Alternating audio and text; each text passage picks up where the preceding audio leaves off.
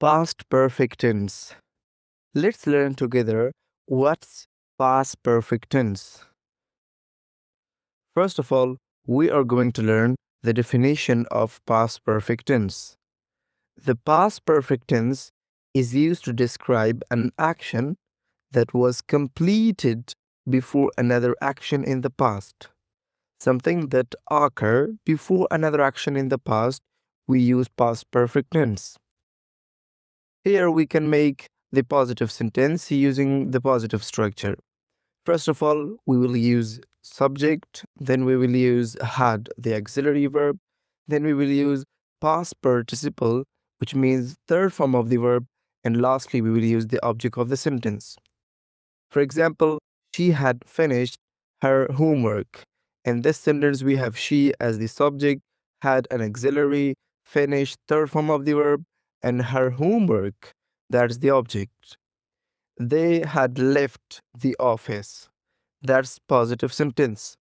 Now let's make negative sentences together. First of all, we will use subject, then we will use had plus not. So the only difference here is not. We brought not in the structure. So I had not seen the movie. That is the negative sentence. He had not completed the work. How to make question? When we want to make question in past perfect tense, we have to use the auxiliary had at the beginning of the sentence. For instance, had you eaten dinner? Had they arrived before us? So now let's talk about the common mistakes some students make while using this tense. The first one, she had went home. We don't use second form in the past perfect, we use third form of the verb. So instead of went, we have to say the third form, which is gone. She had gone home. They had ate dinner. They had eaten dinner. That's also the same mistake. We have to use third form of the verb and past perfect.